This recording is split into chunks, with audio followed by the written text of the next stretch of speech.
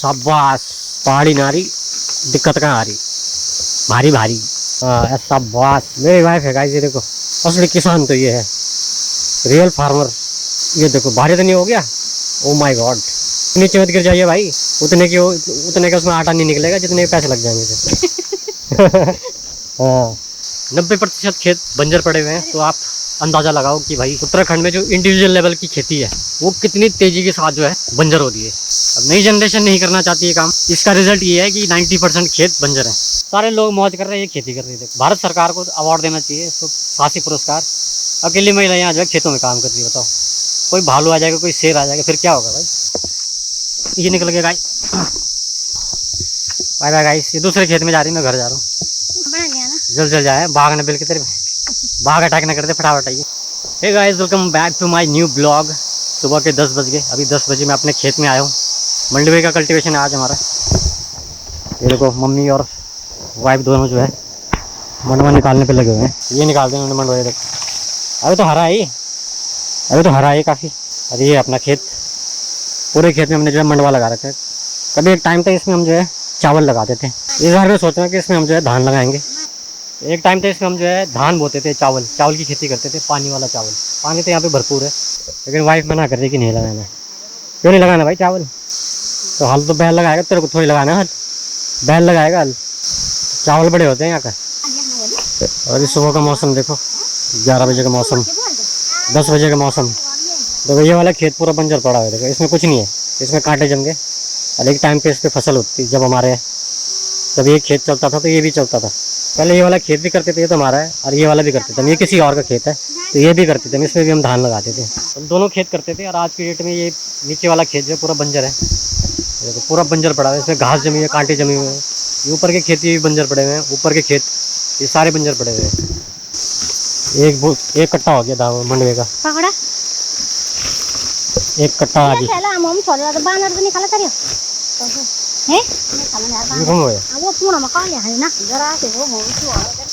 ये है खिरकंडा, कद्दू जैसा होता है ये कद्दू जैसा होता है, खिरकंडा बोलते हैं पहाड़ों में इसको। हिंदी में पता नहीं क्या बोलते हैं इसको, आई डोंट नो। एक कट्टा होगा मंडवा, इस पे निकलेगा लगभग 1 किलो के आसपास।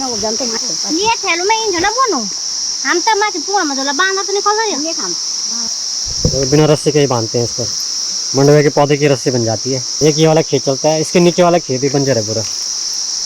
कितने खेत बंजर हो गए देखते देखते।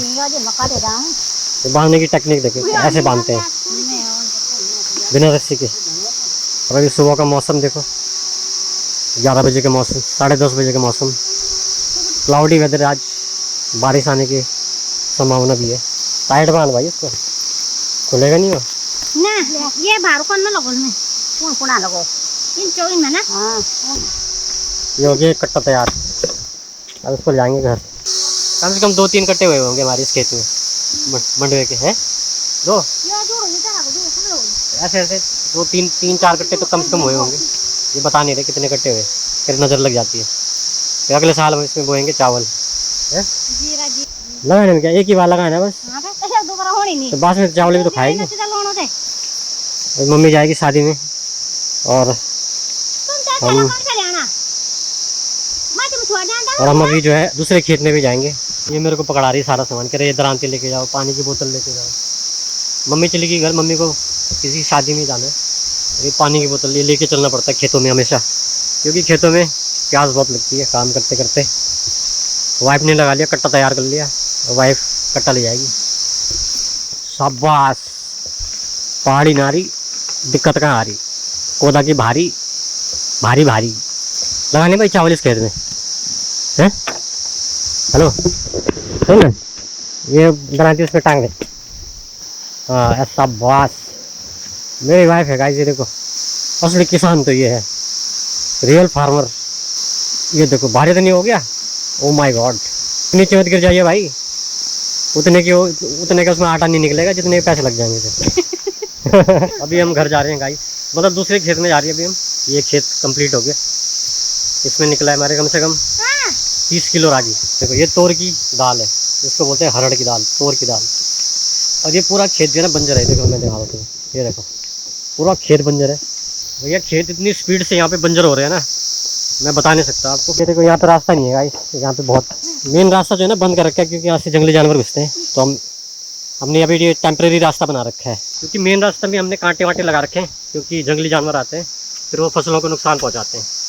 जैसे सुअर आते हैं, जंगली सुअर, वाइल्ड हॉक और हिरन वगैरह भी आते हैं। फिर वो खेत में जाते हैं, फिर वो फसल को या तो खा देते हैं या फिर कुचल देते हैं।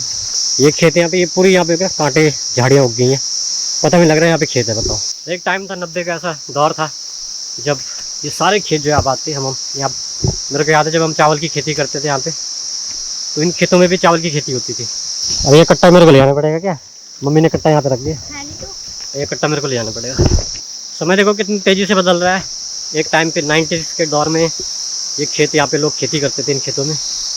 यहाँ पे 90% खेत, इस एरिया में कह रहा हूँ मैं, इस एरिया की बात कर रहा हूँ जो मेरे पीछे आपको दिख रहा है, इस एरिया की बात कर रहा हूँ। यहाँ पे 90% खेत जो है ना वो बंजर है। 90% खेत बंजर पड़े हुए हैं। तो आप अंदाज़ा लगाओ कि भाई उत्तराखंड में जो इंडिविजुअल लेवल की खेती है वो कितनी तेज़ी के साथ जो है बंजर हो रही है। ये पर्सनल लेवल की खेती की बात कर रहा हूँ मैं। जो लोग कह रहे हैं ना कि खेती बंजर नहीं हो रही है, खेती हो रही है, कर रहे हैं लोग, तो भैया अगर खेती कर रहे हैं लोग तो ये मेरे पीछे क्या है, जो 90% खेत बंजर है वो क्या है? वो भी तो बंजर है। और ये हर जगह की कहानी है। मैं, अगर आप सर्वे करोगे, अगर आप घूम के देखोगे तो आपको पता लग जाएगा कि क्या एक्चुअल कंडीशन है इंडिविजुअल फार्मिंग की उत्तराखंड में। जो लोग निजी तौर पे करते हैं उस खेती की बात मैं कर रहा हूँ, व्यावसायिक खेती की मैं बात नहीं कर रहा। मैं निजी खेती की बात कर रहा हूँ, जिसमें लोग बेसिक क्रॉप उगाते हैं, मंडवा, झंगोरा, चावल, दालें, गेहूँ तो बंद हो गया भैया, अब गेहूँ तो कोई उगाता ही नहीं है। एक टाइम था जब हम गेहूँ की भी खेती करते थे, वो भी ख़त्म हो गई। चावल की करते वो भी ख़त्म हो गई। चावल, हाँ, उखड़ का चावल हम उगाते हैं, पानी वाला चावल हमने बंद कर दिया। भारी तो नहीं हो रहा ज़्यादा? पहाड़ी नारी पीठ में कोदा की भारी है।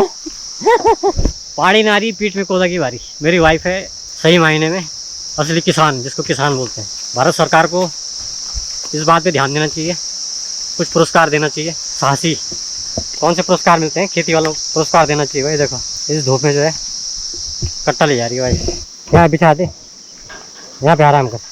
ये देखो ये भी खेत बंजर पड़े हुए हैं। एक टाइम पे इन खेतों में बहुत लहलाते हुए खेत होते थे। जब हम यहाँ से स्कूल जाते थे तब ये सारे बंजर पड़ गए। Drink water. एक टाइम तक जब हम यहाँ से स्कूल जाते थे, इसी रास्ते से हम स्कूल जाते थे, नीचे घाटी की तरफ, इस घाटी के आगे की तरफ हमारा स्कूल था।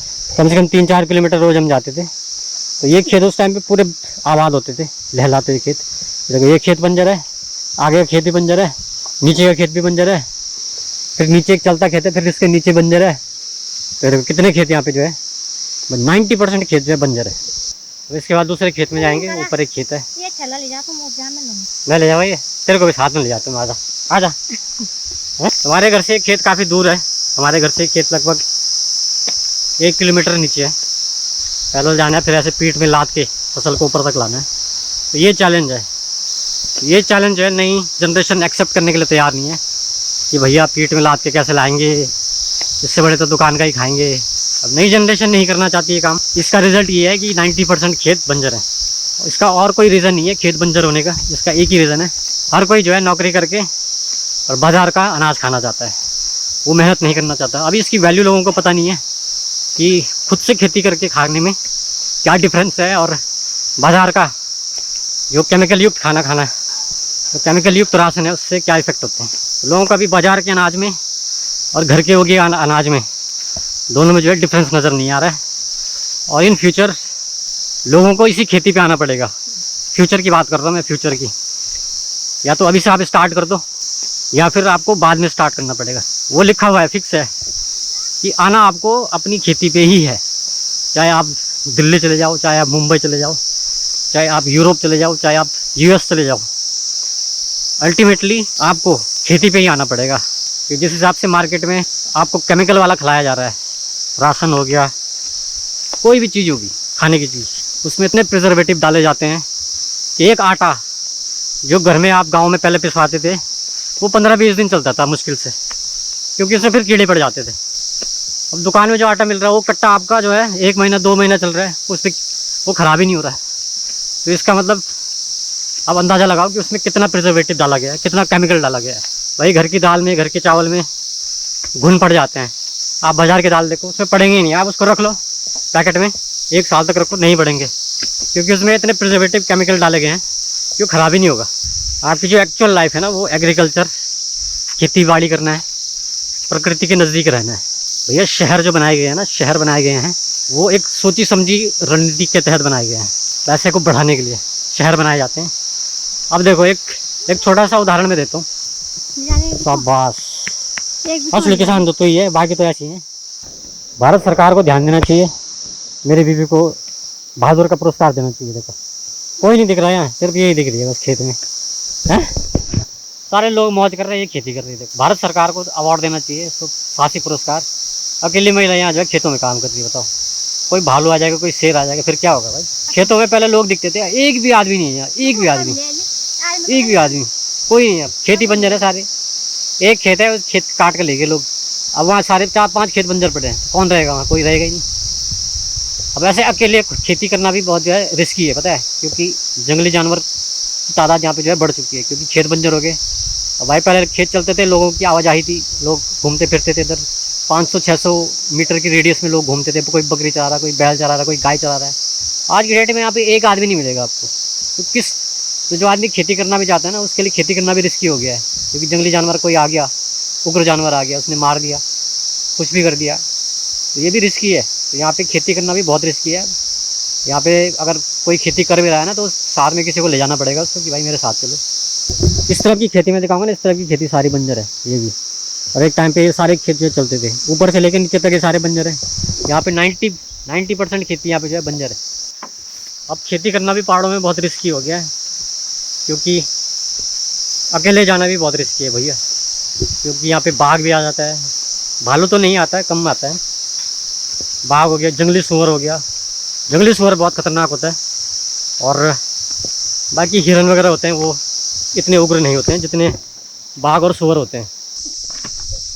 ओ काफ़ी भारी है गाय जी। का को मेरे का को ये निकल गया गाय। ओह बाय बाय गाइस, ये दूसरे खेत में जा रही, मैं घर जा रहा हूँ।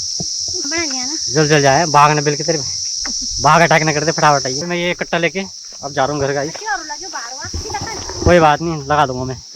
बीबी जा रही दूसरे खेत में, मैं जा रहा हूँ घर इसको लेके, क्योंकि अभी खाना बनाना है। 11 बज चुके हैं, फिर खाना भी प्रिपेयर करना है यार। जॉब के साथ साथ ये करना थोड़ा टफ हो जाता है। वैसे पॉसिबल तो सब कुछ है, करना बहुत ज़रूरी है मेरे हिसाब से। जो लोग कहते हैं कि भाई इट्स अ टाइम वेस्ट।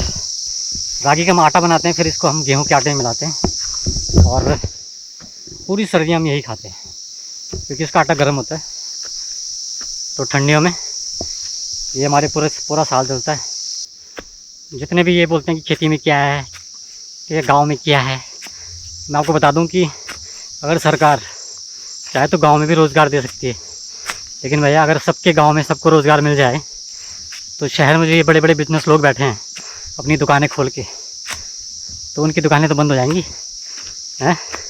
कोई यहाँ से शहर नहीं जाएगा।